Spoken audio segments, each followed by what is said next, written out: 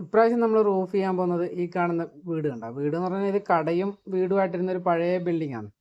ഫ്രണ്ടിൽ കടയും ബാക്കി വീടൊക്കെ ആയിട്ട് ചെയ്യുന്നത്. ഇത് പണ്ടത്തെ കരിങ്കല്ലിന്റെ കെട്ടിനുള്ള വീടാണ് കണ്ട. ഈ ഭാഗം ഫുള്ള് കരിങ്കല്ലിൽ കെട്ടിയ വീട്. അപ്പോൾ അത് നമ്മൾ പൊളിച്ചെടുത്തിട്ട് ഇതുപോലെ പൈപ്പിൽ ചെയ്ത് ഫുള്ള് ഓട് വെച്ച് റെഡിയാക്കി എടുക്കുന്നത്. വീഡിയോ ആണ് ഇപ്രാവശ്യം ചെയ്യുന്നത്.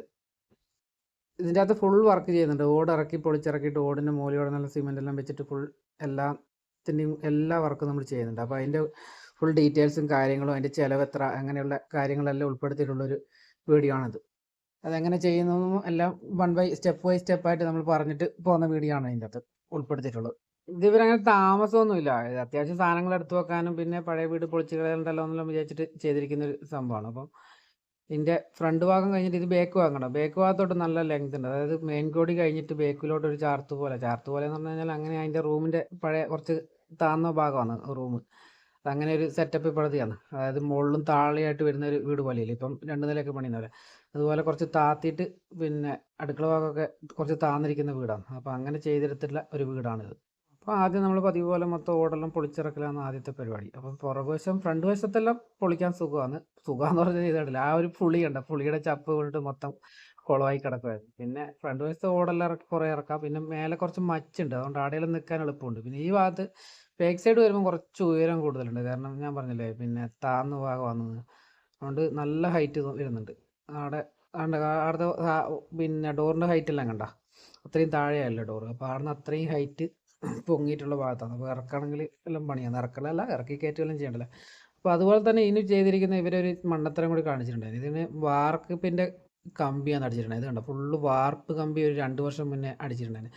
അപ്പോൾ ഇതുപോലെയുള്ള കഴുക്കോലൊക്കെ ഒരുമാതിരി പോയി കഴിഞ്ഞാൽ പിന്നെ ഇതുപോലെ വാർപ്പിൻ്റെ കമ്പിയൊക്കെ അടിക്കുന്ന ശുദ്ധം മണ്ടത്തരമാണ്. അപ്പോൾ ഇതിന് വേണ്ടി ഇവർ അടിക്കാൻ വേണ്ടിയിട്ട് 10-30,000 രൂപ ചിലവഴിച്ചിട്ടുണ്ടെന്നാണ് അവർ പറയുന്നത്. അപ്പോൾ ഇത് അടിച്ചിട്ട് 2 വർഷമേ ഉള്ളൂ. അപ്പം വെറുതെ ആ പൈസ മൊത്തം വേസ്റ്റായി. അതായത് കഴുക്കോല് പിന്നെ വലിയ കുഴപ്പമൊന്നും ഇല്ലെങ്കിൽ പിന്നെ അടിച്ചെടുക്കാന്നല്ലാണ്ട് കഴുക്കോലൊക്കെ പോകാൻ തുടങ്ങിയിട്ടുണ്ടെങ്കിൽ ഇതിൻ്റെ മേലെ പട്ടിക മാറ്റിയിട്ട് കൊണ്ട് ഇത് അടിക്കുന്നത് ശുദ്ധം മണ്ടത്തരമാണ്. അത് കഴിഞ്ഞാൽ ഒരു 2 വർഷം അല്ല 3 വർഷം കിട്ടിയിട്ട് കാര്യമില്ലല്ലോ. അത് ഭയങ്കര നഷ്ടം തന്നെയായിരിക്കും. അപ്പം അങ്ങനെയുള്ള സന്ദർഭങ്ങളിൽ അത് മൊത്തം പൊളിച്ചടക്കിയിട്ട് പൈപ്പിൽ ചെയ്ത് കഴിഞ്ഞാൽ വലിയ ഒരു കോസ്റ്റ് വരില്ല. വലിയ കോസ്റ്റ് എന്ന് പറഞ്ഞു കഴിഞ്ഞാൽ ഒരു കോസ്റ്റ് വരും, എങ്കിലും ഈ പിന്നെ നഷ്ടമാകുന്ന ഈ പൈസയെല്ലാം മുതലാക്കി എടുക്കാൻ പറ്റും. കാരണം അവർ വീട്ടുകാർ പറഞ്ഞത് അത്രയും 10-30,000 രൂപ ചിലവ് വന്നിട്ടുണ്ട്, അതെല്ലാം വെറുതെ പോയില്ലേ. കാരണം ആ കമ്പനി വാർക്ക കമ്പിയല്ലേ, എന്ത് ചെയ്യാൻ പറ്റും, വല്ല പട്ടിക്കൂടൊക്കെ അടിച്ചെടുക്കാന്നല്ലാണ്ട് വാർക്ക കമ്പി വേറെ പിന്നെ ഉപയോഗത്തിനൊന്നും കൊള്ളൂല്ല. കാരണം അത്രയും വെച്ചപ്പോഴത്തേക്ക് അത് തുരുമ്പെടുത്ത കണ്ടീഷനിലേക്ക് പോയി. പിന്നെ മറ്റ് കോൺക്രീറ്റ് ആവശ്യത്തിനൊന്നും ഉപയോഗിക്കാൻ പറ്റൂല. എന്തെങ്കിലും തട്ടിക്കൂട്ട് പരിപാടിക്ക് എടുക്കുന്നതല്ലാണ്ട് ഒന്നും പറ്റൂല. അപ്പോൾ ഇതുപോലെ പിന്നെ വാർക്ക് കമ്പിക്ക് അടിച്ചിട്ട് പെട്ടവരുണ്ടെങ്കിൽ ഒന്ന് കമൻറ്റ് ചെയ്യണേ കേട്ടോ. പിന്നെ അതുപോലെ തന്നെ അടിച്ചിട്ട് കുഴപ്പമില്ലാതെ നിൽക്കുന്നവരുണ്ടാവും, അങ്ങനെയുള്ളവരും ഒന്ന് കമൻറ്റ് ചെയ്യണം. കാരണം അത് പിന്നെ കഴുക്കോല അധികം പോകാത്തവരായിരിക്കും. ചിലവരുടെ നല്ല കഴുക്കോലൊക്കെ ആയിരിക്കും, അതൊന്നും പോയിട്ടുണ്ടാവില്ല. അങ്ങനെയുള്ളവർക്ക് കുഴപ്പമില്ല, അല്ലാത്തവർ ഒന്ന് ശ്രദ്ധിക്കുക.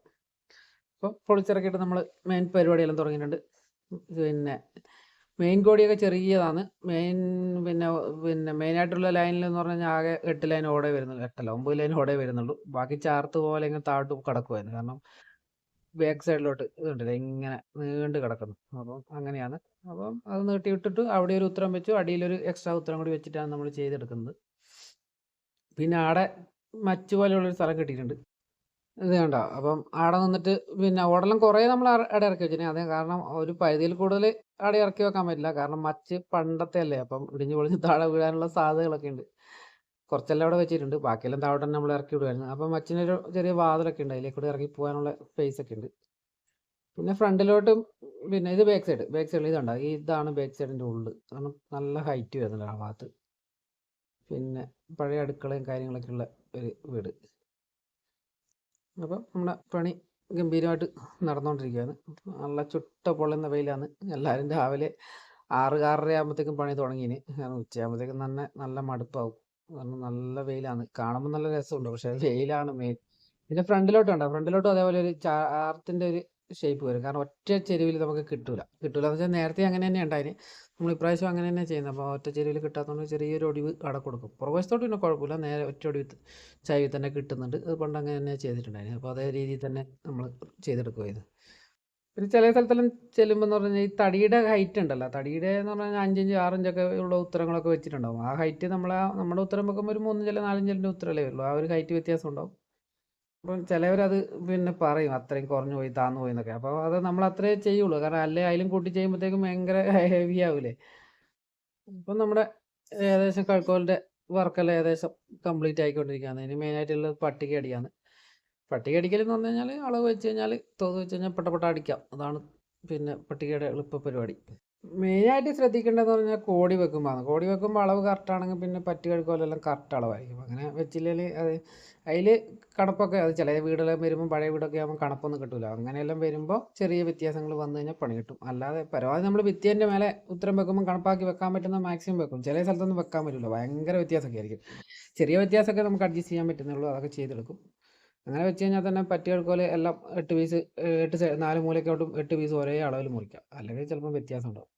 അതൊക്കെ അതിൻ്റെ അകത്ത് മെയിനായിട്ട് ശ്രദ്ധിക്കേണ്ടത്. പിന്നെ ബാക്കിയെല്ലാം പട്ടികയെല്ലാം പടപട കഥയത്ത് പറഞ്ഞ പോലെ തന്നെ അങ്ങനെ വെച്ചെടുക്കാം. പിന്നെ പതിവ് പോലെ നമ്മൾ പ്രൈമറെല്ലാം അടിച്ചിട്ടാണ് കയറ്റിനി. ഇനി പിന്നെ ഫുള്ള് പ്രൈമർ ടച്ച് ചെയ്യുന്ന പരിപാടി കാര്യങ്ങളൊക്കെ ഉണ്ട്. അതൊക്കെ ചിലവർ ടച്ച് ചെയ്യലെല്ലാം ഒഴിവാക്കി പോകുന്നുണ്ട്. പക്ഷെ ടച്ച് ചെയ്യുന്നതായിരിക്കും എപ്പോഴും നല്ലത്. പിന്നെ അതൊക്കെ ചെയ്യണം. പിന്നെ പെയിൻറ്റിങ്ങും കൂടി ഒരു കോട്ടം അടിച്ചു കഴിഞ്ഞാൽ നല്ല സൂപ്പറായി. പക്ഷെ എല്ലാവർക്കും ഒന്നും അത്രയും പൈസ കൊടുക്കാൻ താല്പര്യമില്ലാത്തതുകൊണ്ട് പെയിൻറ്റിങ്ങെല്ലാം ചെയ്യൽ കുറവാണ്. അപ്പം നമ്മൾ എല്ലാവരോടും പറയലുണ്ട്. ചിലവരതിന് താല്പര്യം കാണിക്കുന്നവരോട് ചെയ്യും, അല്ലാത്തവർ ചെയ്യില്ല. പിന്നെ പെയിൻറ് ചെയ്തില്ലെങ്കിലും കുഴപ്പമൊന്നുമില്ല. കാരണം പിന്നെ 10-15 വർഷത്തിനൊന്നും പേടിക്കണ്ട. അങ്ങനെ തുരുമ്പൊന്നും കാര്യങ്ങളൊന്നും വരില്ല. കാരണം അങ്ങനെ ചെറിയ ഈർപ്പം എന്ന് പറഞ്ഞു കഴിഞ്ഞാൽ ചില സ്ഥലത്തൊക്കെ ഇങ്ങനെ ഓട് പനയ്ക്കുന്നതല്ല, ഈ ആവിയാവൂല, അങ്ങനെ ഒരു പ്രശ്നങ്ങളൊക്കെ വരുന്നുണ്ട്. അല്ലാതെ വേറെ കുഴപ്പമൊന്നുമില്ല. എന്നാലും അങ്ങനെ പോകുന്നൊന്നുമില്ല. പിന്നെ ഓടല്ലേ എന്തായാലും മെയിൻ്റെനൻസ് സംഭവങ്ങളൊക്കെ ഉണ്ടാകാം. കാരണം ഭാവിയിലൊക്കെ ആണെങ്കിലും ഒന്ന് ഓടിറക്കി കയറ്റേണ്ട ഒരു സന്ദർഭങ്ങളൊക്കെ വന്നേക്കാം. കാരണം പിന്നെ ഓട് പൊട്ടുവോ, പിന്നെ സിമെൻറ്റ് വെക്കുന്നതാണെങ്കിലും സിമെൻറ്റും ആജീവനാന്ത കാലം നിൽക്കുന്നൊന്നും നമുക്ക് പറയാൻ പറ്റുമല്ലോ. പിന്നെ നിങ്ങളുടെ അനുഭവത്തിൽ കമൻറ്റ് ചെയ്യണേ. കാരണം എത്ര കാലം സിമെൻറ്റ് വെച്ചിട്ട് കെട്ടിയിട്ടുണ്ട് എന്നുള്ളതൊക്കെ. പിന്നെ പണ്ടത്തെ കാലത്തെ സിമെൻറ്റ് വെച്ച് കഴിഞ്ഞാൽ അന്ന് പിന്നെ കുമ്മായമല്ലേ വെക്കുന്നത്. അപ്പം ഇപ്പം പിന്നെ സിമെൻറ്റാണ് എല്ലാവരും കൂടുതലും വെക്കുന്നത്. കുമ്മായം വെക്കുന്ന ആൾക്കാർ വളരെ ചുരുക്കമാണ്. ഇങ്ങനെ കുമ്മായം വെക്കലില്ലെന്ന് തോന്നുന്നു. നമ്മൾ വെക്കലില്ല കേട്ടോ, നമ്മൾ സിമെൻറ്റ് തന്നെയാണ് വെക്കൽ. പിന്നെ സിമെൻറ്റ് വെച്ച് കഴിഞ്ഞാൽ വേറെ ഒരു പ്രശ്നം എന്ന് പറഞ്ഞാൽ നനക്കലൊന്നും നടക്കൂല. ചിലവരെല്ലാം വെള്ളം കോരി കുറച്ച് പൈപ്പ് വെച്ച് മോട്ടർ അടിച്ച് പിടിക്കലൊക്കെ ശ്രമിക്കലുണ്ട്. അല്ലാതെ നനയ്ക്കാനൊക്കെ പറ്റുവാണെങ്കിൽ കുറച്ചും കൂടിയൊക്കെ ലാസ്റ്റിങ് കിട്ടും. നമ്മളീ പറഞ്ഞിട്ടൊക്കെ പോകുന്നതല്ലാണ്ട് നമുക്ക് പിന്നീട് കയറി നനക്കലൊന്നും നടക്കൂല. ഇപ്പം 3 സൈഡ് പട്ടികയിൽ അടിച്ച് കഴിഞ്ഞ് പുറകെ സൈഡിൽ ഫ്രണ്ട് സൈഡിൽ അടിക്കാൻ തുടങ്ങിയിട്ടുണ്ട്. ഫ്രണ്ടിലോട്ടുള്ള കഴുക്കോല് നമ്മൾ ആ ചാർത്ത് പോലെ വരുന്നില്ല, സിറ്റൗട്ട് പോലെ വരുന്നത് ആ ഏരിയയിൽ നമ്മൾ കഴുക്കോല് അടിച്ചിട്ടില്ല. പട്ടിക അടിച്ച് ഇറങ്ങി വരുമ്പോൾ അടിക്കാന്ന് വെച്ചിട്ട് നിർത്തിയിരിക്കുകയാണ്. അപ്പോൾ അതും കൂടി അടിക്കാണ്ട്. അപ്പോൾ നല്ല കത്തുന്ന വെയിലാണ്. ആശാൻ അത് പൊളിയെല്ലാം പിടിച്ച് കുലുക്കുന്നുണ്ട്. പുളിയൊന്നുമില്ല. പുളി ഉണ്ടോ ഇനി? എന്താ കിട്ടിയ ലക്ഷണം ഉണ്ടല്ലോ കാണിച്ച്. പൊളിയൊന്നും ഇല്ലെന്ന് തോന്നുന്നു. പിന്നെ കുലുക്കുന്നുണ്ട്. ഇതാണ് നമ്മുടെ ബാക്ക് സൈഡിൽ ഫുള്ള് ഫിനിഷ് ആയിട്ടുണ്ട്. അവിടെ പെയിൻ്റ് അടിക്കാനെല്ലാം തുടങ്ങിയിട്ടുണ്ട് ആൾക്കാർ.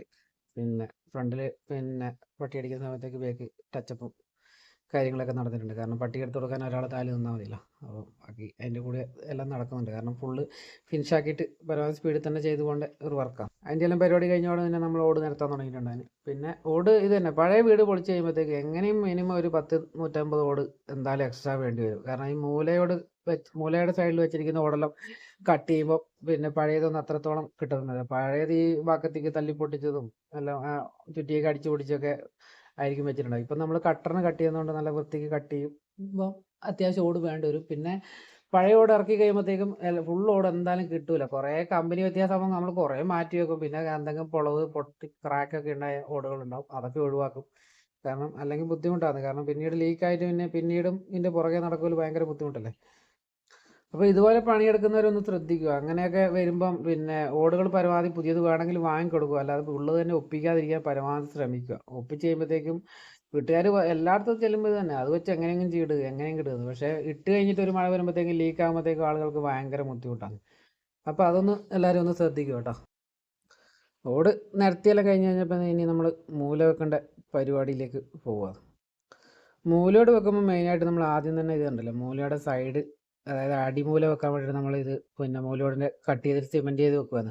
അത് മൂലയോടിൻ്റെ തന്നെ ഒരു പീസ് കട്ട് ചെയ്തിട്ട് ഇതുപോലെ ഇറക്കി വെച്ചിട്ട് ചാന്തി ചെയ്ത് വെക്കുവാണ്. കാരണം എലിയൊന്നും കയറാതിരിക്കാൻ ഇങ്ങനെ ഫ്രണ്ട് വശം അടയ്ക്കുന്നത് നല്ലതായിരിക്കും. അപ്പോൾ ഇത് തന്നെ വെച്ച് സെറ്റാക്കുമായിരുന്നു. അപ്പോൾ അവിടെ ചാന്തിട്ട് ഗ്രൗട്ട് അടിച്ച് വെച്ച് കഴിഞ്ഞാൽ പിന്നെ ഒരു കുഴപ്പമില്ല, അവിടെ നിന്നോളും, ഒരു പ്രശ്നമില്ല. അത് റെഡിയാക്കി വെച്ച് കഴിഞ്ഞിട്ട് നമ്മൾ മേലെ കയറി ഓട് കട്ട് ചെയ്ത് മൂല വെക്കാനുള്ള പരിപാടി തുടങ്ങിയിട്ടുണ്ട്. മൂലയോട് വെക്കുമ്പോൾ ഇത് തന്നെ ഓട് കട്ട് ചെയ്യുമ്പോൾ ഓട് കട്ടിങ്ങിൻ്റെ പൊടി അത് പിന്നെ എല്ലായിടത്തും ഉണ്ടാകുന്നതാണ്, അതിനൊരു കുഴപ്പമില്ല.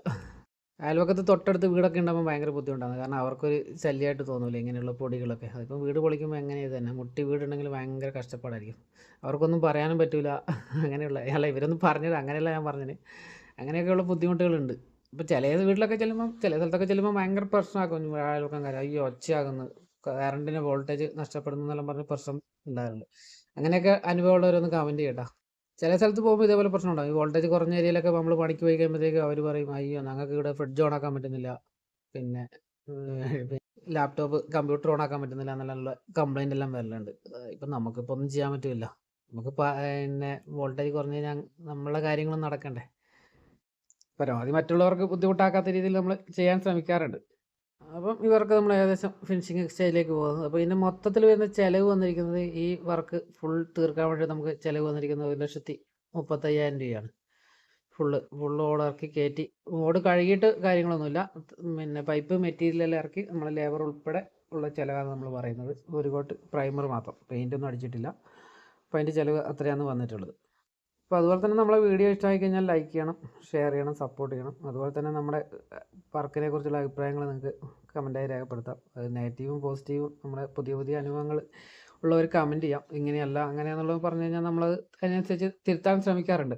കാരണം പിന്നെ നെഗറ്റീവ് കമൻറ്റിന് നമ്മൾക്ക് പിന്നെ നെഗറ്റീവായിട്ട് കാണാറില്ല. കാരണം അത് നെഗറ്റീവ് നമുക്ക് ഭാവിയിൽ അത് പോസിറ്റീവായിട്ടുള്ളൊരു ഗുണം ചെയ്യുന്നതുകൊണ്ട് നമ്മളതൊക്കെ അംഗീകരിക്കാറുണ്ട്. അതൊക്കെ അങ്ങനെയുള്ളവരൊന്ന് കമൻറ്റ് ചെയ്യണം കേട്ടോ നിങ്ങളെ അനുഭവങ്ങൾ. കാരണം നമ്മളും ഇതുപോലെ തന്നെ പഠിച്ചു വരുന്നതല്ലേ. കാരണം ഓരോ പണികളും ചെയ്തല്ലേ നമ്മൾ മുന്നോട്ട് പോകുന്നത്. അപ്പം നിങ്ങളുടെ വിലയേറിയ അഭിപ്രായങ്ങൾ നമ്മൾ എന്താണേലും അത് സ്വീകരിക്കുന്നതായിരിക്കും. അപ്പം രാവിലെ മൂലയോട് വെക്കാൻ തുടങ്ങി നമ്മൾ ഏകദേശം ഇപ്പുറത്തെ സൈഡിലെല്ലാം കഴിഞ്ഞിട്ടുണ്ട്. ഇനി ആ സൈഡിലും കൂടി വെക്കാനുണ്ട്. കണ്ടില്ലേ ഞാൻ ആദ്യം പറഞ്ഞ ഒരു പ്രശ്നം കണ്ടോ, അവിടെ ഒരു ചെറിയൊരു ഒടിവ് മനസ്സിലാകുന്നുണ്ടോ? പെട്ടെന്ന് അങ്ങനെ ഒറ്റ നോട്ടത്തിൽ പിന്നെ വീഡിയോയിൽ മനസ്സിലാകുന്നില്ലെന്ന് തോന്നുന്നു. പക്ഷെ നോക്കുമ്പോൾ മനസ്സിലാകും. കാരണം ഒരു ചെരിവ് വ്യത്യാസം. കാരണം അത്രയും ചെരിവ് നമുക്ക് ഇടാൻ പറ്റുന്നില്ല. അന്നേരം കുറച്ചും കൂടി താഴ്ന്നു പോകും ഫ്രണ്ട്. അതൊരു ബുദ്ധിമുട്ടായി വരും.